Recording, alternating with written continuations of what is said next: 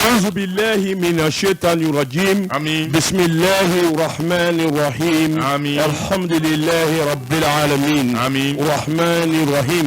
مالك يوم الدين إياك نعبد وإياك نستعين. إن صراط المستقيم. صراط الذين أنعمت عليهم. الخير المغضوب عليهم ولا الضالين.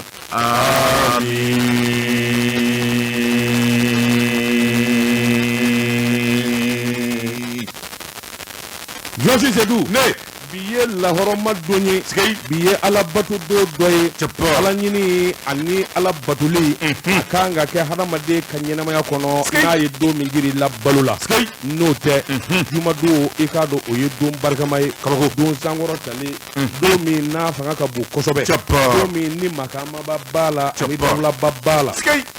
oye jumaye al jumati ikado doku kono kile wulovla juma senzeni do kosobe amma nyini subhanahu wa ta'ala fe ala mingo aye nyeda muhammadu rasulullah sallallahu alaihi wasallam waidun adinde a koromjo dinde a balimante yonti sudi kado kanu kama aye kirada kanu nyera kama fana kajnye ani lahara da kanu ngama meleke mi na be sangolo wulovla la mi nye danda 20 min be mi dona mi mado mi gofora mi yera makofo ni bedra kira muhammadu ya rasulullah kanu koso sallallahu alaihi wasallam kanu koso kanu ama nyini subhanahu wa ta'ala fe on bi nya fa mi ve o fa de to ko mali gele mi bi jamana inga bi o donedo yon so de ka do nga gele en varala allah ta'ala la sabula ni ala maso ni ngo indike nga ala sona ka ke kada kunjuma inga ala yodo yon so nga amba nyini subhanahu wa ta'ala fe on nya ndama kashala on gamana gwana yon so de ka do taro tana an ga jamana ay kado femi bulugalo ka nyashama allah ta'ala bado a gelea ala ka taka bwanga a here ala ko shuru jamana donga amin ala mi no ya ala mi ngo ka le ti sali ala ti shun ga ko buna ramade ni jina ni beleka anga shunga sali wala shudi ka do marmade ka sali ay baki yere de ateka allah ta'ala yansedu subhanahu wa ta'ala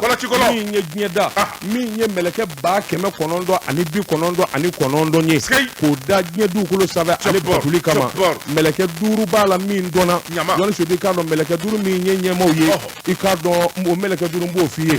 tayiru mi nye mahiru abisu meleke le mautu ani meleke mi ndo ay ko jibrila amma nyi subhanahu wa ta'ala fe yansedu meleke ba keme konondo ni bi konondo nyema duru mi nubi su bolika klebole alakama alaka ko luka ala yesira kama kanga jamana kishi wanzo ala bi meleke chama alaka ke jibrila akana limautu chama fiu ami wanzo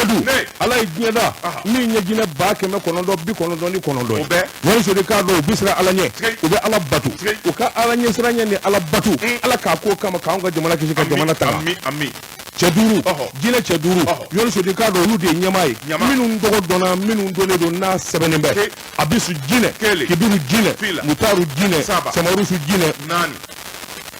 parafatani jine duru da para bale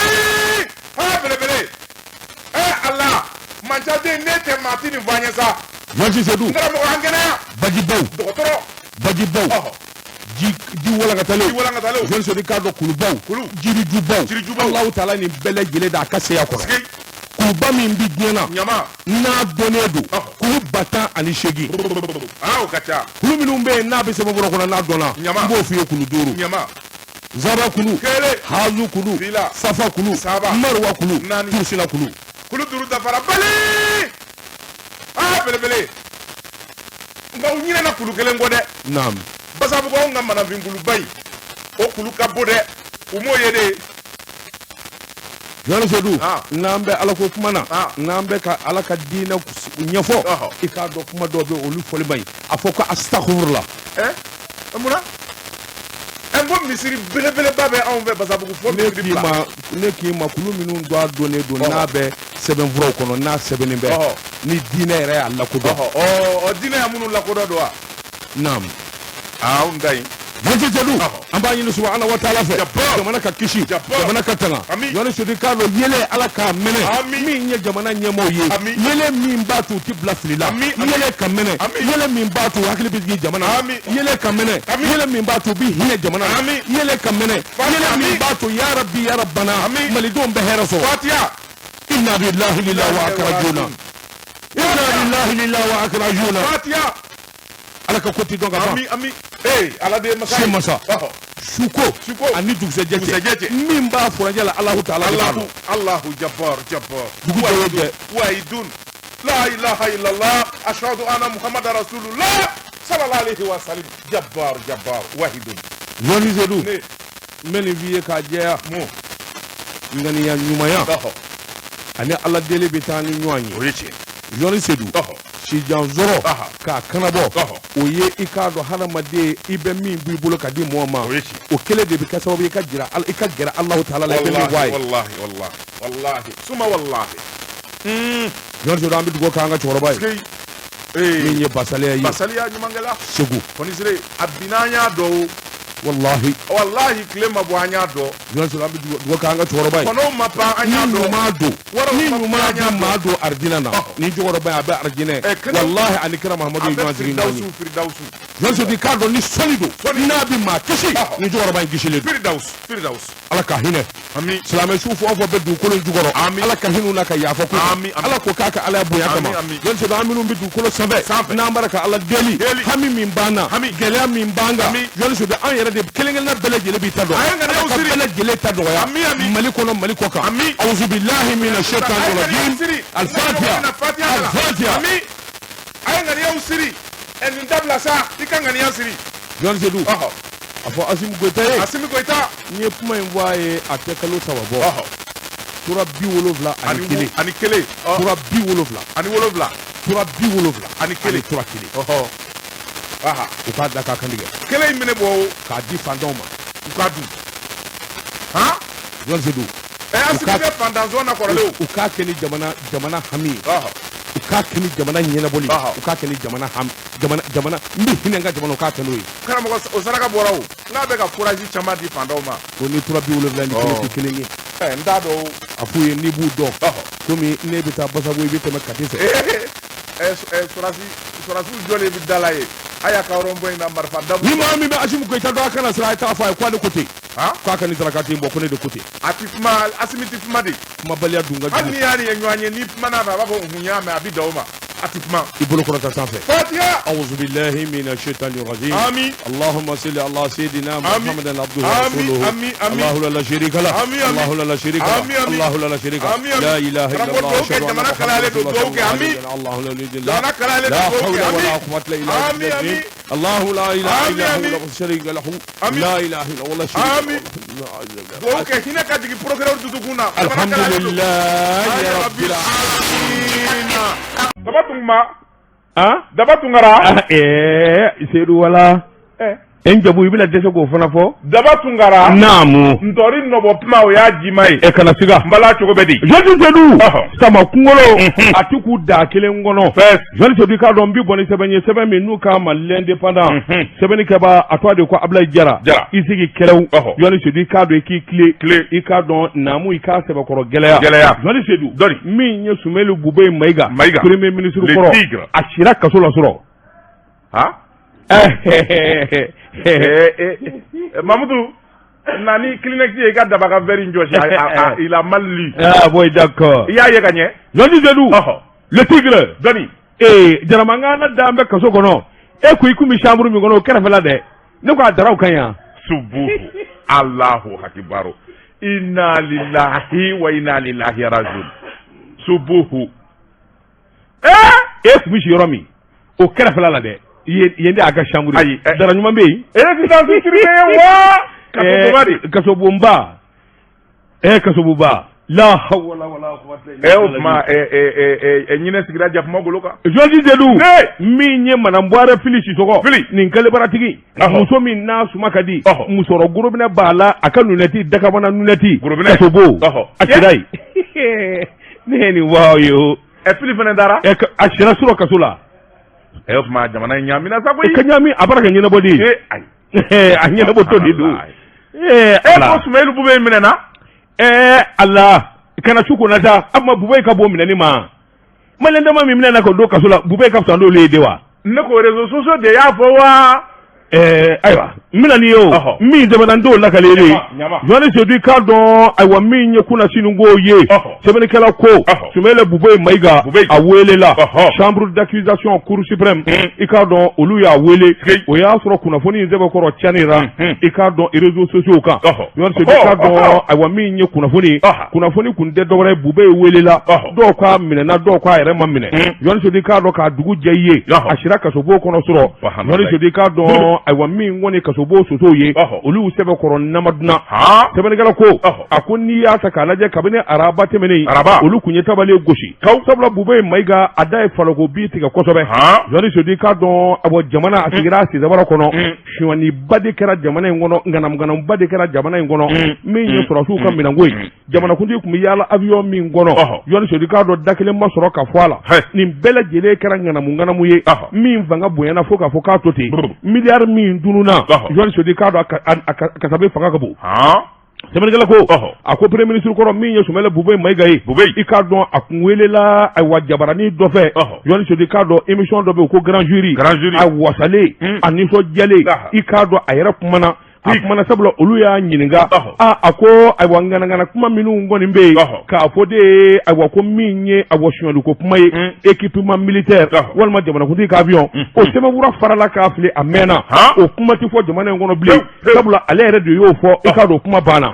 yodi sedu abinna fo maya nyogoli sabule kala ko ni nguma ngoni ngufo afe o suku se jebe kiriti kala kundigi dobe yodi sedu ka don o sina ka kuma ngolo kata dakena ka tandara ako bube mi won galo joni sodi ka do afura mabla asema bura ayanga nedu sabula ibeka klela ni joni bakule mi ngera joni sodi ka do akote ka to ya abada mawo mabala mi nye fa makoroyo fa makurawo joni sodi ka do katase jego kala mawo akika do kana siga abele jelebi wele ngedo sharakisa do folembe ka fo haute cour de la justice walma assemblée nationale olu de kanga ni ngonu nu ngla ka berebe joni sodi nga sharakisa warebe mi mbeni bele jele talu sabula ni ko ndora sanda joni kumana sabula olu ya nyininga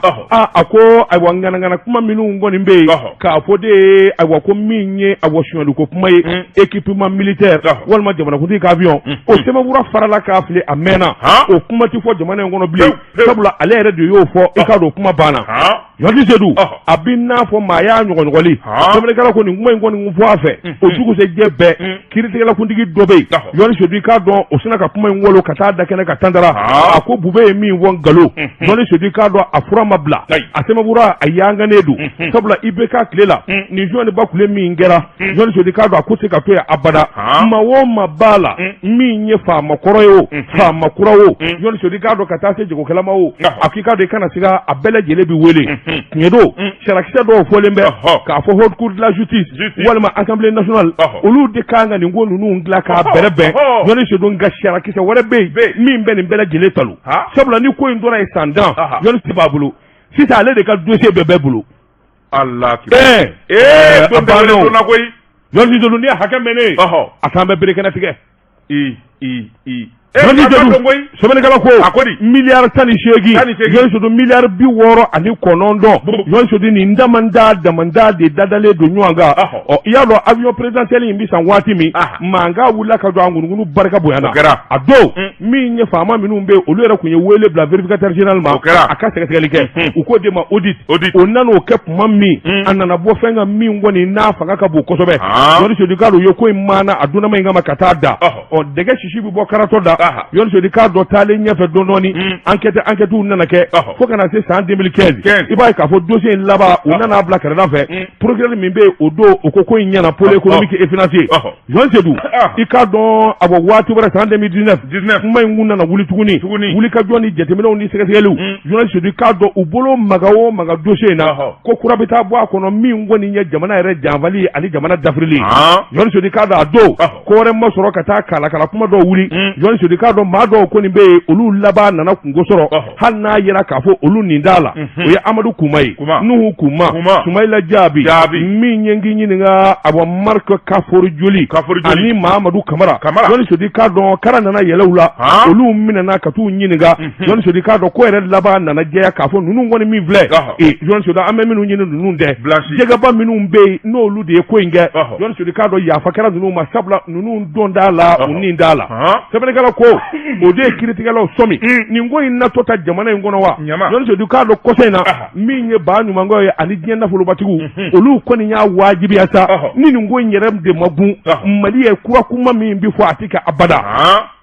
yon se du maa min mana dossier ta o b'i kɔ don maa min mana dossier ta o b'i kɔ don yon se du ka do kosena min ye cour suprême ye cɛ min bɛ yen o ja ti tigɛ ja t'a la a kunsigi ti ɲaami kunsigi t'a kun yon se du ka do a ti pressé sɛbɛnnikɛla ko o de nana sɛbɛnfura in dasa k'a kalengale a ko a bɛrɛ ta i maa ye a ye ninnu wele kelen kelen ka na jɔ ɲɛkɔrɔ n k'u ɲininka jamana in goyara sa koyi a jara de ni ninnu kɔni minɛ nin ye malikura ye wa a daminɛ ne de ye nin ye ni malikura in man di fɔlɔ dɛ malikura Asimi Goita ka ŋanabaw minɛ ta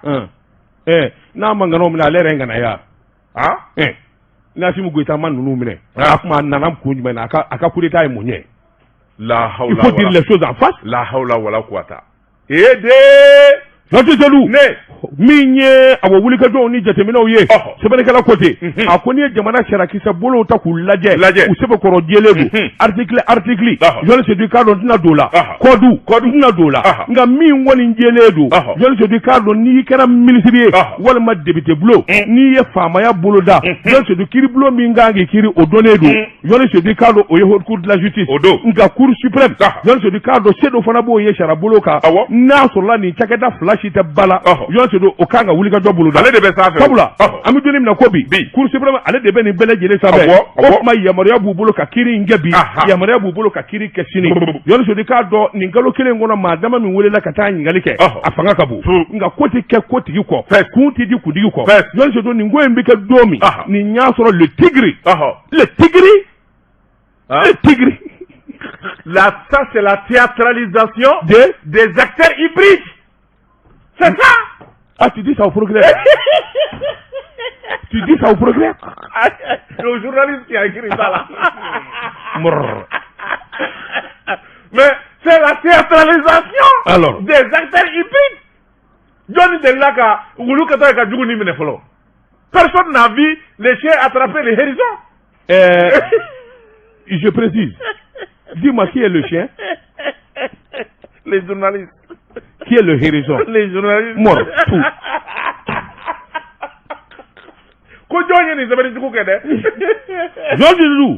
Min ye Mamutu Timbo ale de nin ko in bɛɛ lajɛlen wuli Johnny Sedi a ko ale wasalen don jamana baara ani jamana ɲɛta maa ka sɔrɔ min b'i jɔ Johnny Sedi janko minisiri min n'o bɛ kiiri kunna bi Johnny Sedi i k'a dɔn o fana tisira o tɛ reculer a ko an bɛ don min na ko bi chambre d'accusation cour suprême Johnny Sedi k'a dɔn o ye dossier in da ni ba ye dossier in dali ba la Johnny Sedi k'a dɔn ŋanamu ni keleku ani jalaku bɛ taa bin maa fɔlɔ minnu ka ngami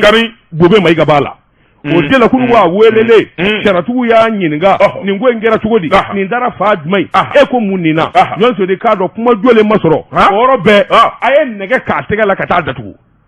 a ye nɛgɛ k'a la le jour tu quittais la gendarmerie anw y'i minɛ on t'a enchaîné vu nɛgɛ kɛr'i la wa a ma k'i la non merde nɛgɛ tigɛ faama na sa il va pas à la on peut comprendre quand nègre à la mouna. Non, Zedou. Mais tu es méchant là. Non, pas du tout. Mais je n'ai rien contre Boubé, je te le jure. Mais nègre à la mouna là. Moi, on a vu Sarkozy. Mais ce n'est pas un criminel. Mais c'est un homme d'État. Mais il est suspect, quand on est suspect. Johnny Sedi k'a dɔn fɛn bɛɛ lajɛlen n'o kan. I b'a fɔ faama finitigiw dara kan ka taa n'a ye. Mais ka nɛgɛ k'a la. Mais quel est ce détail là? Nɛgɛ dama tɛ dɛ. K'i bolo da i kɔ. Mais non. Il n'y a pas de demi-mesure. Soit Mali Bétané, attention, le procureur. Mais je parle avec toi. Ah, d'accord. Ce dossier-là est sensible. Fais attention, hein. Quand il y a dans de. Aïwa. Voilà. Hein? Johnny Sedi mami nous ni Boubé farala ɲɔgɔn Johnny Sedi k'a dɔn n'i y'a mɛn Aboubacaratugu fɛ mandat de dépôt o kɔrɔ de i ka minɛ ka t'i tasi gwɛ ka da Suwayida la Boubé sera kasomunba la sɔrɔ qui l'aurait cru ala de ye masa ye koyi bon anw bi ala minɛ ala de ye masa ye Jean Chédou ga o kai Usula maratigi ah min ɲɛ nin dagabana muso in ye antifili bafili fili sarama nafolo fili wari fili marijane fili kodi fili a ma si yɔrɔ ɲuman na sirami boli Usulan bara n'a sɔrɔ ye usulan bɛrɛ o b'a sɔrɔ ye a dɔw boli ni suma duman baw ni nin lesikɔlɔ kasaw a sina ka tigɛ te pagi suma tigɛra ya ala kama si ma y'o ye di kasobo kasa ka go cogo y'a dɔn kasobo kasa ka go dɛ la Jean Chédou i k'a dɔn ala de ye masa ye Jean Chédou k'a dɔn hadamaden ni masa fɛn bɛɛ juru b'i la Jean Chédou k'a dɔn sɛbɛnnikɛla ko a ko nin ko min filɛ nin ye ko dennin dɛ wa sigi kelen bɛ ka minisiri kɔrɔdama min kɔnɔ Jean Chédou n'u taatɔ don kaso la ka na siga non tɔgɔ ma fɔ yan fɔlɔ n'i ma lisi kɛ aéroport dayɛlɛlen don u bɛ taa dɛ kuma e tɛ kiritigɛlaw dɔn a fɔlen don maa dama min kana bouger bi o de fɔlen don passeport minɛna sɛbɛnnikɛla ko kodi kuma tɔ bi kɔfɛ ni avion sango in Jean Chédou k'a dɔn nin kɔlɔlɔ fanga ka bon kosɛbɛ a k'i k'a dɔn maa caman bɛ f'i kelen bɛ ka minnu kɔnɔ min ye Musafa Ben Barka ye Musafa Ben Barka Jean Chédou k'a dɔn a bi BOAD la Lomé Jean Chédou k'a dɔn a bi wele ka n'a ɲininka min ye Bobo ye sɔrɔ n'o jɔra la kaso bonba a ma ban dɛ Jean Chédou sɛbɛnnikɛla ko cɛkɔrɔba yɛrɛ Ibrahim Boubacar Keïta a yɛrɛ ka se ka dafo ko avion ko in na e ka bɔ wele e ka bɔ wele wa n'a jɔra Buwala kaso Allah kibaru non Mali kalayara sa koyi il faut pas avoir peur des mots mais n'a jɔra la k'a fɔ avion sango in a nɔ b'a la kaso bo mais il a juré ici k'a ma deli ka Mali dɔrɔmɛ dun kaso min mais cabinet IBK de tout ça IBK a toujours juré o ko de o kura ya ça c'est de tout ça moi c'est un bon grand frère mais il a tout le temps juré Jean Chédou ni mi wulile filɛ nin ye ala k'an bɔ la hawla ala k'an ta k'ala kulomajɔ ye j'ai le dossier de tous les Maliens il faut le tigre Mali dossier bɛɛ b'a bolo ne tɛ ka minɛ ka don kaso la ne joli Mali de bɛ se ka ne don kaso la Faransi dɛsɛra na janko Mali a sera kaso la wa cɛ o cɛ donna kaso la ne yɛrɛ kun bolo sa tigiri bi don kaso min na o bɔgɔ yɛrɛ tɛ yen fɔlɔ a kuma hadamaden tɛ ya o maa ma da fɔlɔ yɛrɛ hadamaden tɛ ya mais il est respecté Fali mana kɛ balabilen o b'a kisi doni ta ma mais c'est un ancien premier ministre n'importe quoi les Modibo Keïta ont fait la prison ici c'est un ancien directeur des renseignements mais un ancien président de la République a été emprisonné mais pas à Kasoboma mais Moussa Makasomba Keya il était à Markala gardé en prison oui mais c'est différent Moussa était en résidence Modibo Keïta kun Modibo Keïta a fait Taoudeni alors qu'est-ce que tu veux Boubé mais quoi mais c'est une grande personnalité mais n'importe quoi il est devenu une petite personnalité malheureusement I am sorry désolé bon premier cabinet Fama Dayoro min bɛ yen mɛ a y'a da ye premier cabinet la ye u kana taa a bila soso la yɔrɔ ninnu na yen dɛ kasobo kɔni hali n'i bila climatiseur ma yɔrɔ la kaso don kasobo kɔni hali a climatiseur ma yɔrɔ n'i bila la i bɛ kaso de kɔnɔ kana hali a bila résidence surveillée la mais pourquoi mais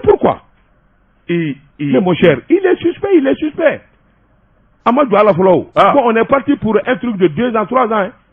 subhanallah a tɛna k'i ɲɛna kalo kelen b'a bɔ koyi non ni sɛgɛsɛgɛli ni enquête fo ka taa jugement kɛ on est parti pour 2 ans banalement ala k'an kunnaja kunnagoya tɛ min kɔfɛ nin kun ye sɛbɛn ye hasidiya a ma ja hasidiya ɲɛngoya bɛnzɛngɔniya Mali filɛ voilà kunungo nin kuma in yiri mɛri wulilen maa dama min ye ne wele ka ne ɲininka yala tiɲɛ don wa yala n ko bɔndala n t'a kalama et puis Jean Chédou, je vais être franc avec toi. En 91, les acteurs de la démocratie, je n'étais pas encore enfant, donc je connais non, Iboudo. Là, je suis d'accord.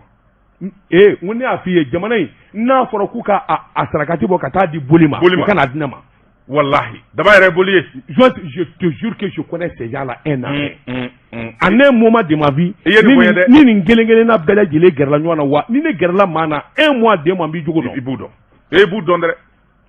depuis le jour quand Bobé était Premier ministre, il y a Paris. J'ai été à son hôtel pour le saluer. J'ai vu qu'il avait suivi 4 millions de francs CFA par nuit.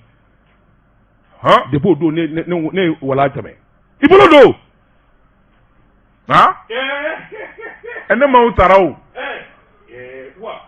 Donc, on a des pintigado. Mi bonne semaine, angomima la foudre.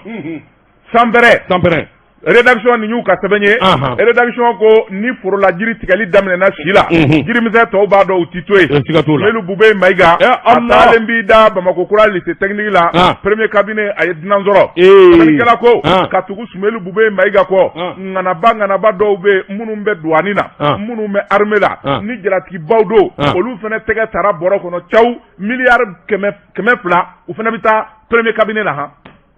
o tɔgɔ fɔra wa Elisi biawo. Merci. Nde kadi. Nam. Ubia de. Mani gribi ni kanva. Ni njema na on mo fo sora o ba ndana masumele ta kadu. Kadundi. O anu se bokorofo. Nam. Sabaningala ko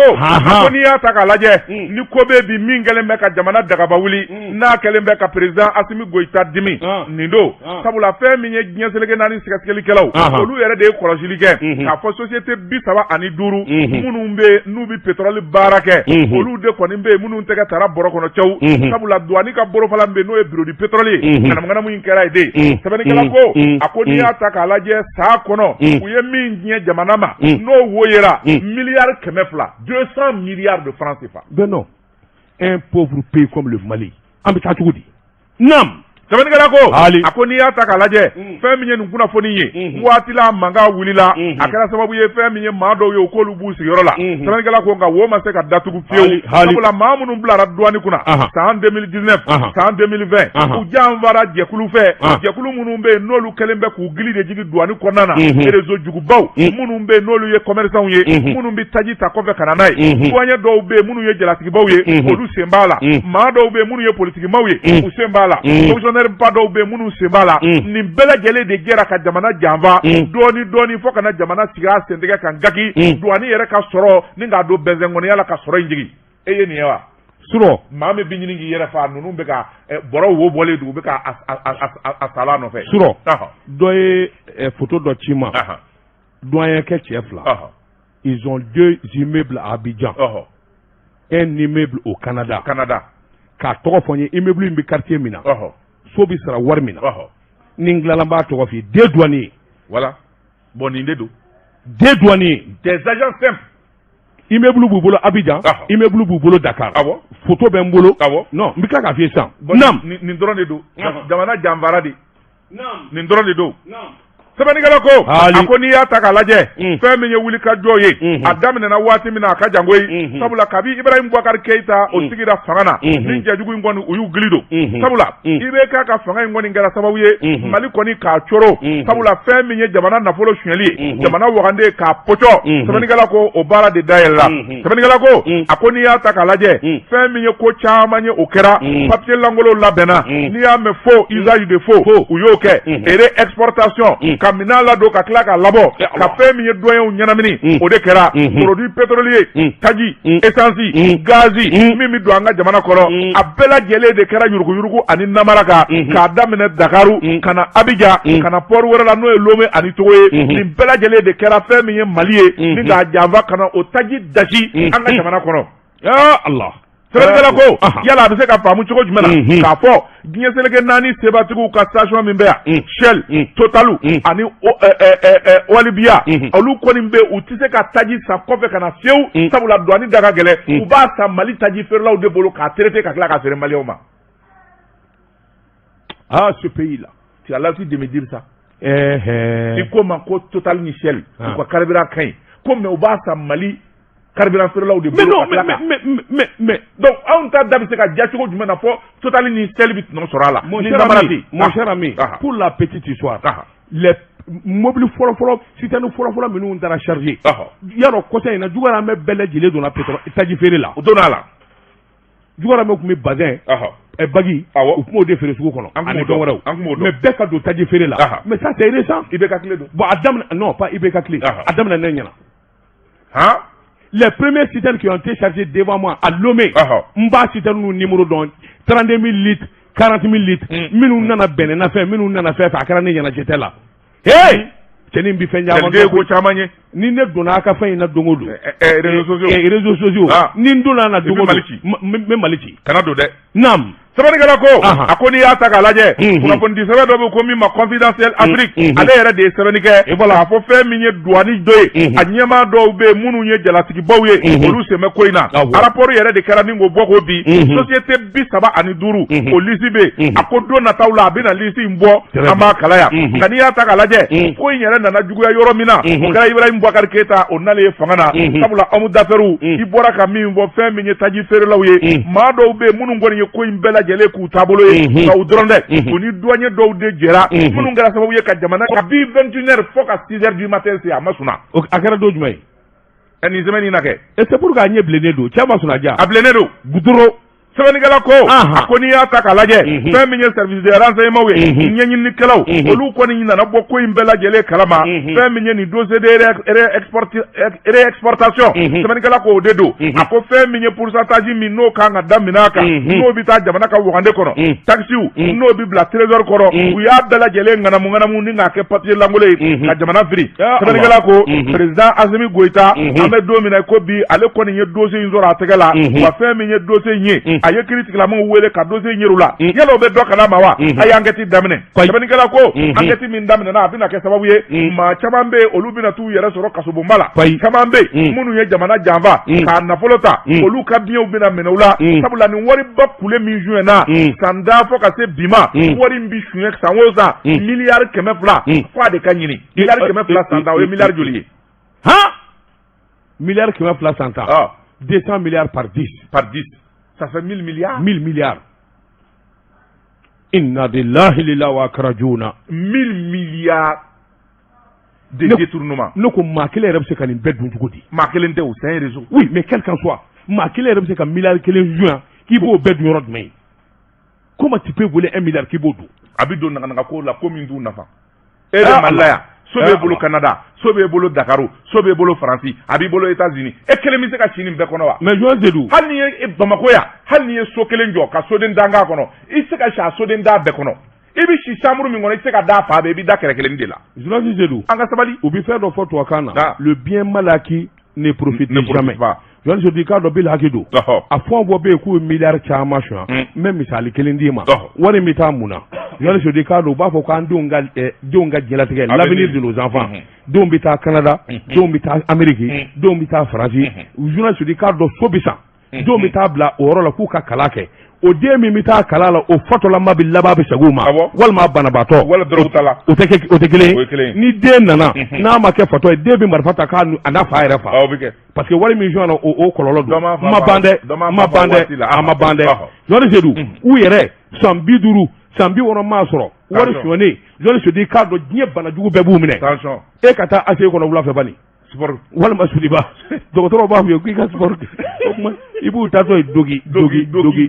wa o ti mɛn u bɛ sa koyi wari yɛrɛ a nafa ja jumɛn b'a la u bɛ sa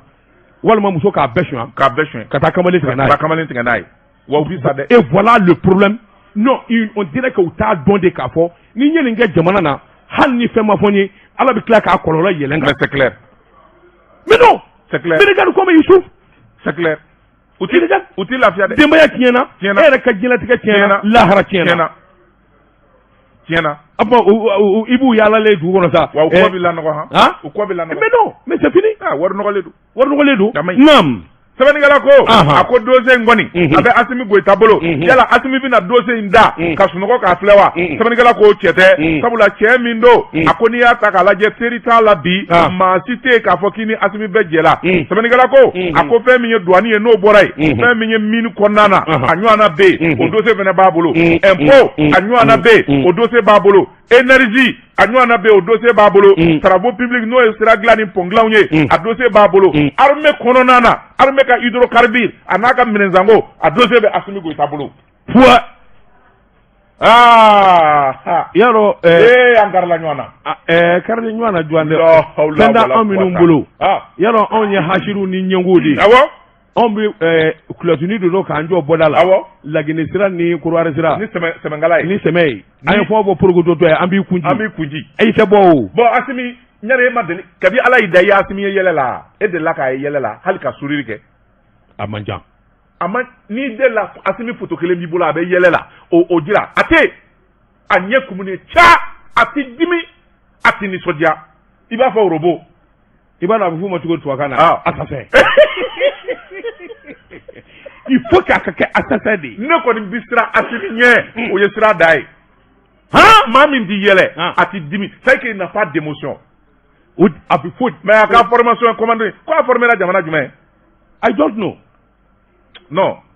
c'est un vrai commando nga ti dimi a ti content il est toujours serein il est toujours décidé hali n'a bi taama i b'a taamatɔ il est décidé ouais qu'il soit décidé et serein mais Bakilu do ça o fana bi fɔ Bakilu do a ti fɛn di ma émotion t'a la i sera la i ye so wele o ti fɛn k'a la i y'a kuma jugu f'a ma o ti fɛn k'a la il n'a pas d'émotion awɔ an b'a ɲɛɲini mais il a été formé pour ça c'est un commando spécial Ala dangana n'a ye Mali kɔnɔ i bolo don Jɔnji k'a dɔn n bɛ bɔ ni sɛbɛn ye sɛbɛn min n'u k'a ma la révélation o don ko dogolen k'u da kɛnɛ kan Jɔli Sedu ni maa min kɛra sonba ye jamana kɔnɔ mun kan ka k'o la ka kɛ son ye o kan ka fa Jɔli Sedu ni maa min kɛra baarakɛla jamana kɔnɔ mun kan ka k'o la ɲumankɛla ko ɲuman dɔ de kan ka k'i ye k'i sankɔrɔta Jɔli Sedu k'a dɔn ko ɲuman dɔnba i k'a dɔn Ala b'i sara Mali douanier directeur général Mahamɛd Dukara Jɔli Sedu k'a dɔn a wulila wari Mahamɛd sɛbɛnnikɛla ko Allah datuma tɛ mɛ n biyɛlɛ la wari Mahamɛd wulila Mahamɛd Dukara wulila Jɔli Sedu Mahamɛd Dukara ka taa n'a yɛrɛ ye marakakɛ ka taa n'a yɛrɛ a kunkolo kɔrɔtalen a watalen Jɔli Sedu i k'a dɔn jamana denya a faso denya a baara kɛ ko ɲuman Mahamɛd Dukara Jɔli Sedu k'a dɔn douane k'a sankɔrɔta ka to a duman di jamana bi gɛlɛya min kɔnɔ nin jɛ kelen don sɛbɛnnikɛla ko kuma in bɔra ka bin maanifin kamana gɔnna bɛɛ lajɛlen dabali banna Mahamɛd Dukara wulila a wulila juma in na Jɔli Sedu k'a dɔn bɛɛ lajɛlen b'i ta fɔ sɛbɛnnikɛla ko ka taa bila fo 15h waati a bɛ wuli don min Mahamɛd Dukara yɛrɛ kun t'a dɔn k'a wulitɔ don n ko y'a sɔrɔ a bɛ terrain kan a yɛrɛ bɛ contrôle ni fɛnw na ka wari ɲini ka na n'a ye Jɔli Sedu sɛbɛnnikɛla ko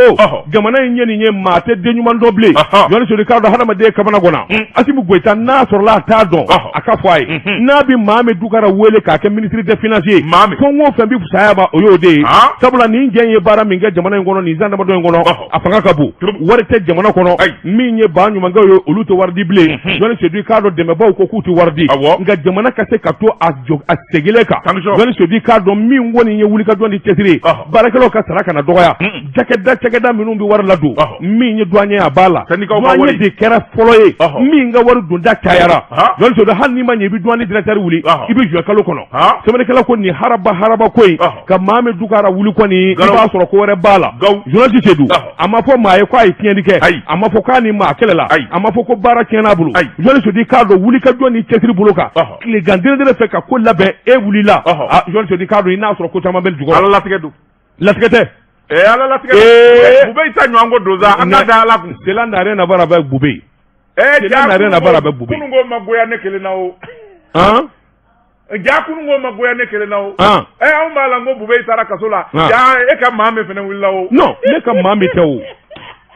ne ka maa min tɛ tu n'as pas compris bon ça non vive Mali kura Jɔli Sedu sɛbɛnnikɛla ko a ko cɛ min kɛra sababu ye wari doni dama tɛ Jɔli Sedu k'a dɔn directeur de douane i ka baara ye wari doni ye jamana kɔnɔ a y'o kɛ nka min ye fɛnjugu kɛlɛli ye ani kɛrɛfɛdɛn o kɛlɛli a y'o min kɛ o ɲɔgɔnna ma deli ka kɛ jamana kɔnɔ e k'i tulo fɔlɔba de Jɔli Sedu k'a dɔn ni hakili b'a la min ye douaniers ye min ye tɔni 48 sogo tolilen Jɔli Sedu k'a dɔn u y'o dɛrɛ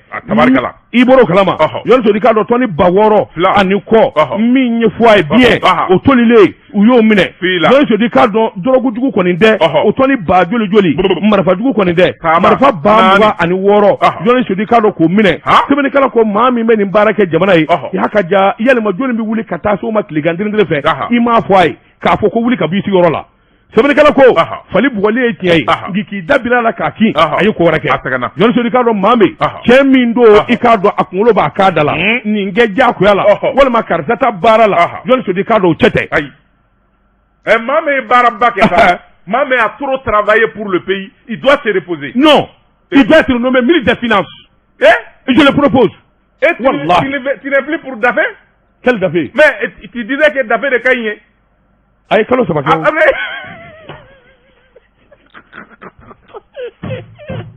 Mamé, ça lui fait 4 ans. À la droite. Mamé. Il faut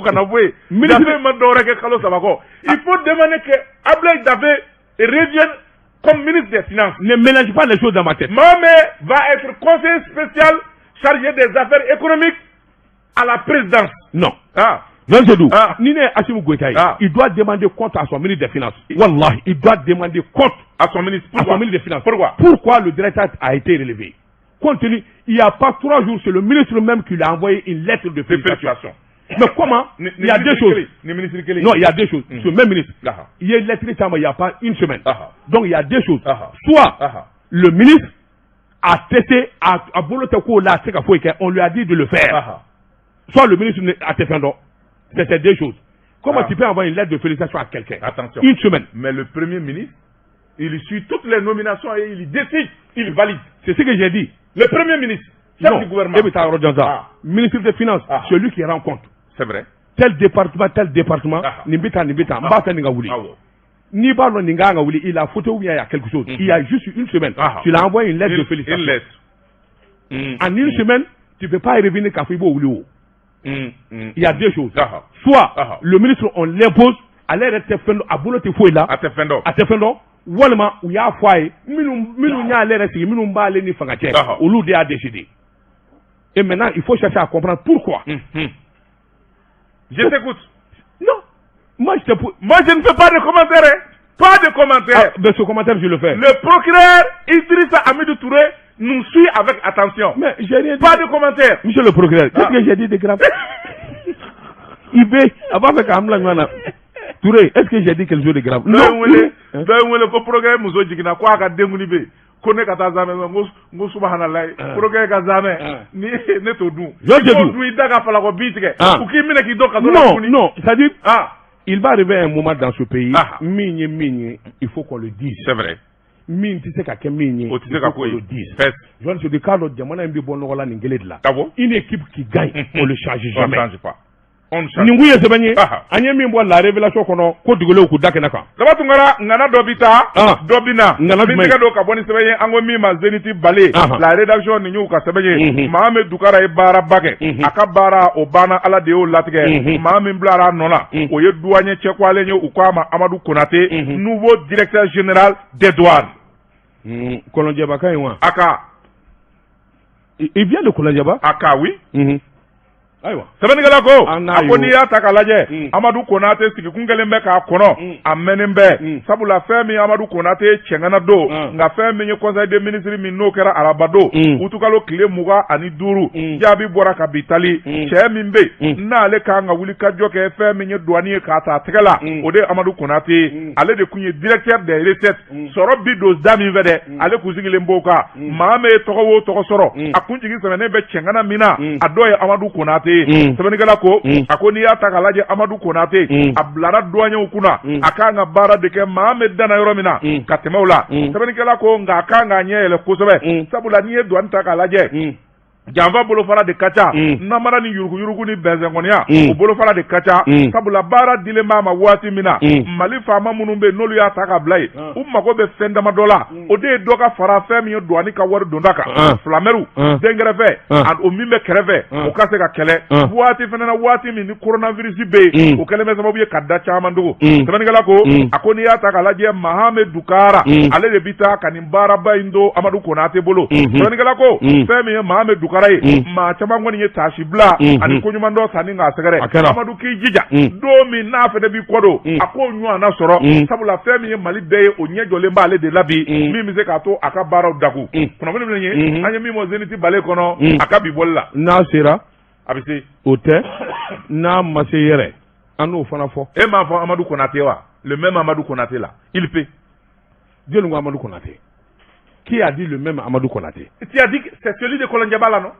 Oui, mais moi je sais qu'il est de Kolonjaba. Ah oui, mais il paye. On verra. Went and see anglais au côté. Oh. Went and see.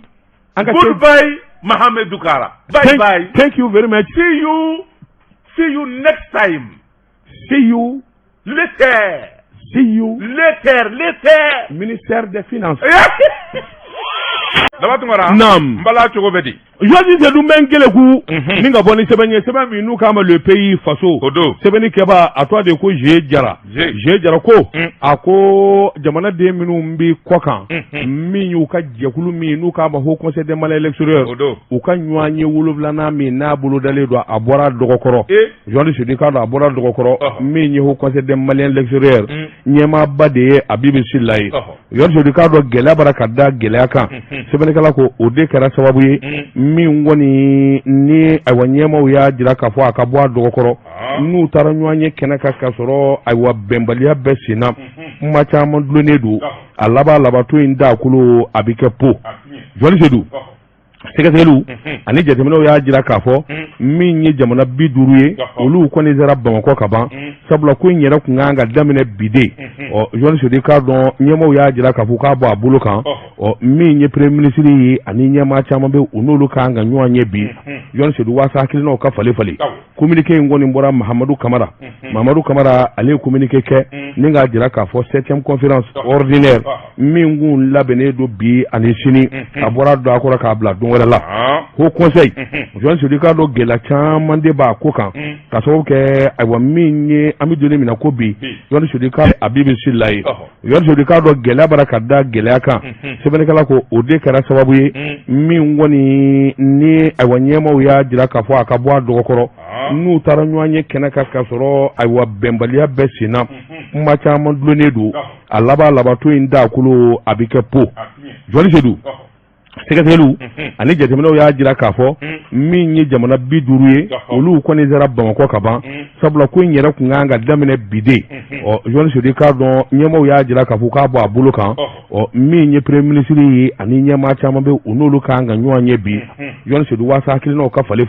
communiqué ngoni mbora Mahamadou Kamara ale communiqué ke ninga jira ka fo 7e conférence ordinaire mingun labene do bi ani sini abora do akora ka bla don wala la ho conseil Jean Sudika do gela chama de ba ko kan ka so ke aywa minye ami doni mina ko bi Jean Sudika ma nga ke kana du katona min beto nyere ke wala makaton ma chama ngi ko do ala ako mai ministre era kunya jira ministre de malien l'extérieur o ya jira ka fo o kuma mi blene no million tangunyi ko boala sabula ma do be iba soro barakila do chesire kala do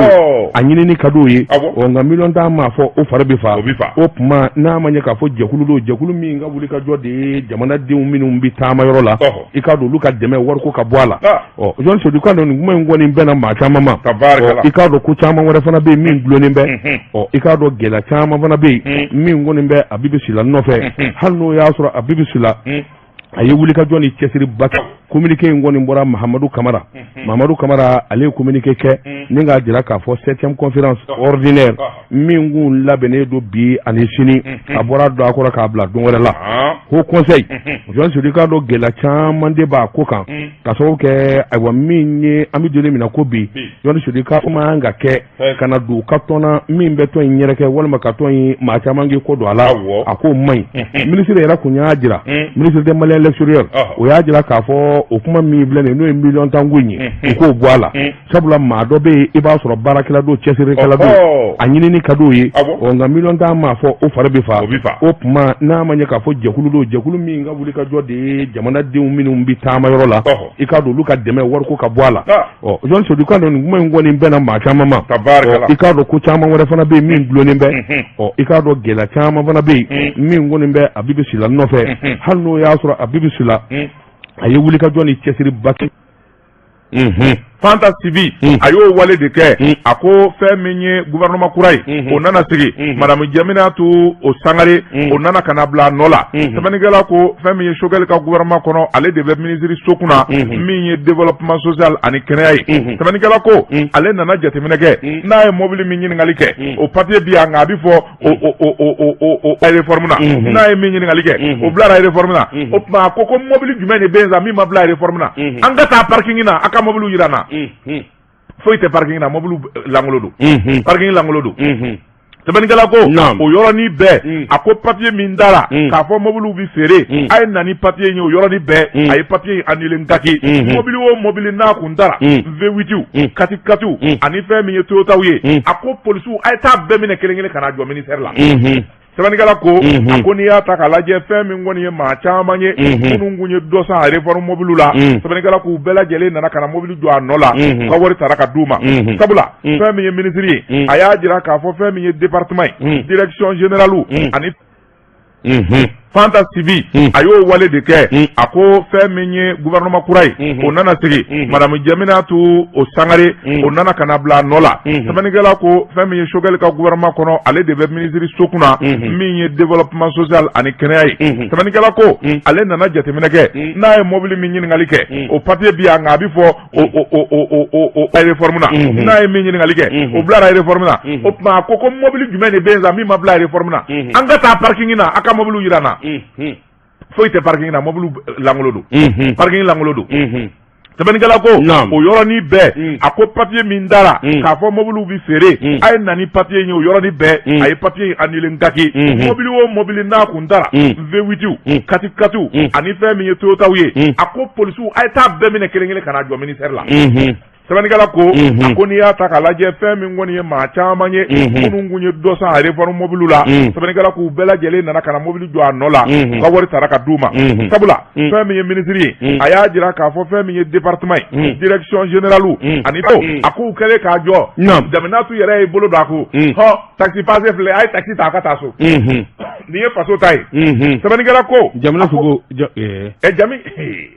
Jami kɔni Jami ani sa kalo tan fila kunkolo in de bunbunen don a tɛ dalen don a kan na fila Sangare do Sangare fila Sangare bari hali n'a kɛra Jalo bari ye ni i se ka foyi kɔni ale ti se jalisɔnna o silamɛya kɔni b'a bolo silamɛya jɔsen fɔlɔ ye limaniya ni sɔnni de ye fonisireya silamɛ don a ti sɔn namara la sɛkinɛ kalannen don wurudi b'a bolo sɛkinɛ wurudi b'a bolo a ti se namara la sɛkinɛ wurudi b'a bolo a ye wurudi sɔrɔ maa min na o ye Buye de la kɛnɛ sɔn 100 dakurunya kelen o kɛra nin ye mun ye an bila ta Jaminatu Sangare ko faso ka nafolo faso ka mobili maa si tɛ n'i da a kɔnɔ k'a fɔ i b'i janna ye ni k'i sago kɛ tuguni sɛbɛnnikɛla ko a ko fɛn min ye o ka parc automobile ye a kurayala a nɔ na file fiyɛko kelen bɛɛ nan'i ka mobili jɔ sabula n'i m'a di ni jami y'i sɔrɔ kasobonba direct kunnafoni filɛ nin ye an ye min zalo ka bɔ aujourd'hui kɔnɔ a ka bi bɔli la jɔnni jɛdun bi bɔ ni sɛbɛn ye sɛbɛn min n'u k'a ma aujourd'hui o don Yɔrɔ Sodi k'a dɔn a wa jɛrɛjɛkulu min n'a ka wulikajɔ ani hakilinaw ye min ye tanuni ye o ko de ma ko AMDM Yɔrɔ Sodi k'a dɔn Mali debout en marche sɛbɛnnikɛla ko i k'a dɔn a ɲɛmaaba dɔ bɛ yen a ye kunnafoni di kɛ kunnafoni min bɛ tali kɛ ka ɲɛsin i n'a fɔ kun gɛlɛn bɛ ka ɲɛnajɛ min labɛn a bɔra a dɔgɔkɔrɔ Yɔrɔ Sodi k'a dɔn Covid-19 ala gɔngɔli min n'o kɛlen bɛ ka maanifi tɔɔrɔ o de la u ye ko in bila waati wɛrɛ la n'o tɛ u nisɔndiyalen don Yɔrɔ Sodi k'a dɔn ayiwa min ye ala gɔngɔli in waati u ye dɛmɛ caman de kɛ dɛmɛ min bɛ tali kɛ ka ɲɛsin maa ma maa minnu n'olu mago bɛ dɛmɛ na o k'i bɔ a la ni nin waati in kɔni dɛmɛna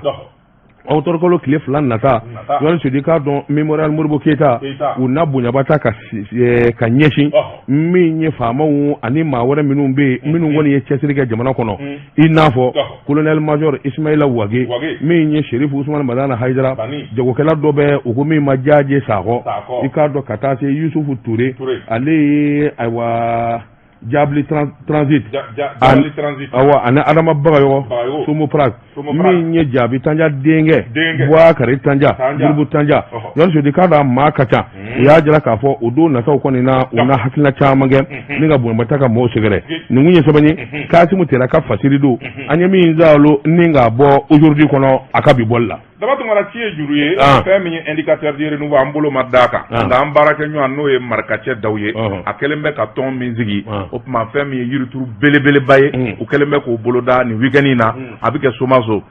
Somaso ale bɛ bila cercle fɛ sabula marikacɛ ni dalen bɛ min kan o ye jiribaw ani kungokolo o min kun bɛ kɔrɔlen n'o tununa f'o de ka lakuraya o tuma kunga gosilen b'a fɛ dɔgɔkun furancɛ in na fɛn min ye sini ye fɛn min ye somaso n'a lamini sigida den bɛɛ lajɛlen ka bɔ yirituru in bɛ se ka kɛ cogo min sabula a bɛ turu olu de ye olu de b'a nafa sɔrɔ n'o tɛ marakacɛ yɛrɛ bɛ Bamakɔ yan nka n'i y'a cɛ sirilen a b'a fɛ fasolamaw de ka lafiya sɔrɔ o ka ɲi kojugu Jɔn Sedu k'a dɔn waati n'a ka waati ma se bi ta an b'a bila yan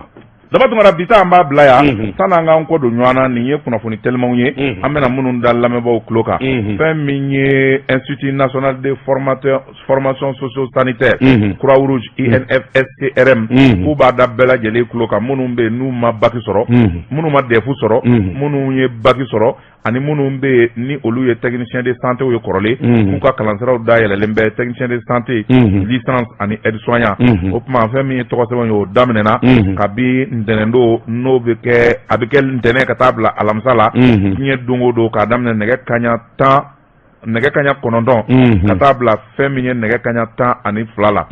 o ye alamisa ye don dɔrɛw tɔgɔsɛbɛ bɛ kɛ k'a daminɛ 9h ka taa bila 15h la kun furancɛ in na fɛn min ye sini ye fɛn min ye somaso n'a lamini sigida den bɛɛ lajɛlen ka bɔ yirituru in bɛ se ka kɛ cogo min sabula a bɛ turu olu de ye olu de b'a nafa sɔrɔ n'o tɛ marakacɛ yɛrɛ bɛ Bamakɔ yan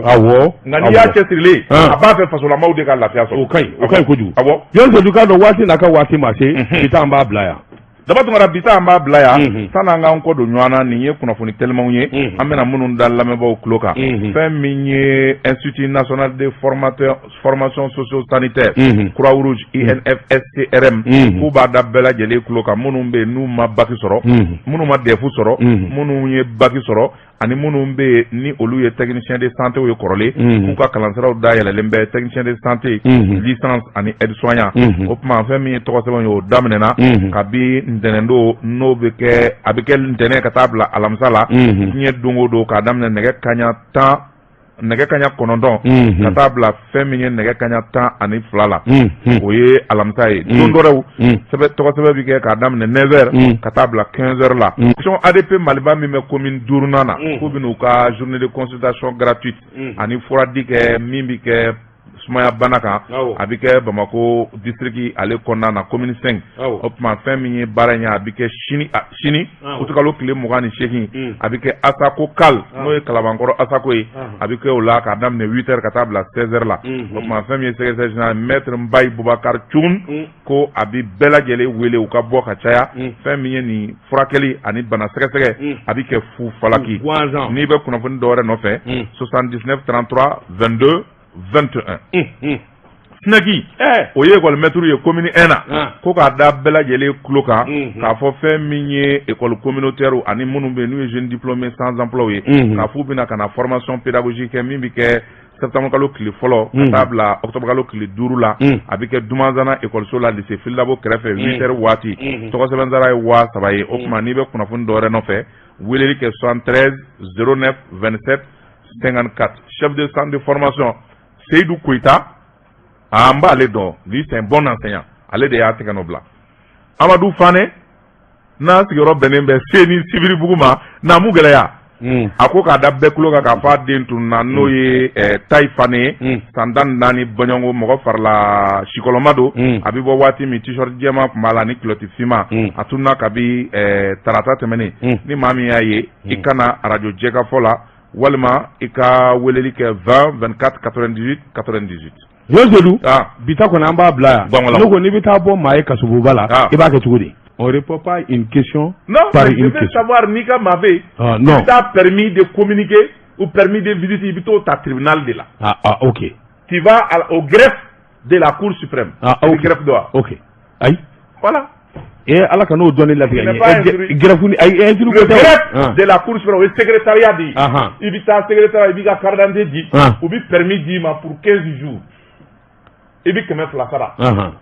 donc 15 jours de b'i bolo i bɛ t'i ka mɔgɔ lajɛ n'i sera da la i b'o yira agent na u b'i ka identité contrôler i b'i don. Ah oui, d'accord. Je vais aller dire bonjour à mon grand frère, le tigre. Vous veillez. M'a fait kata boire. Je dis que le wati na ka wati mande. To bara ka message ci ko ko ne ɲɛngo di daba ɲɛngo di ne m'a dɔn Bubé k'u ka bɔ cogo Asma militant do Asma militant ye mais je vous assure que j'ai rien contre Bubé c'est des faits et c'est des réalités je suis désolé mais ala delisa ala ye min kɛ ne na ala o ɲɔgɔnna kɛ daba la sa i k'a ka maa dɔ fana minɛ awuzu billahi minash shaitani rajim jɔn ka dɔn waati dafara jumɛn ta waati sera ka ban sisan an balima bɔbɔw olu ka jɛmukan o bi sigi n'olu wulila an bɛ jakite ni moriw bɛ ɲɔgɔn sɔrɔ surafana t'u ma dusu na nɛgɛ ɲɛ 20 sagabi kɛ nin gafe kelen kan nɛgɛ ɲɛ 21 burapele bɛ segin ka na min ye farikoloɲɛjɛ ka nin sɔnni d'a kan ni ala sɔnna a ma ntɛnɛn nata an bɛ kɛnɛ ka sɛbɛnkɔrɔ bɛ bɔ k'olu lakali Mamudu ale tun bɛ suwa kɔlɛ la min ye journaliste Seyidu ye i k'a dɔn ani Daba Tunkara olu de bi ta lase wa assalam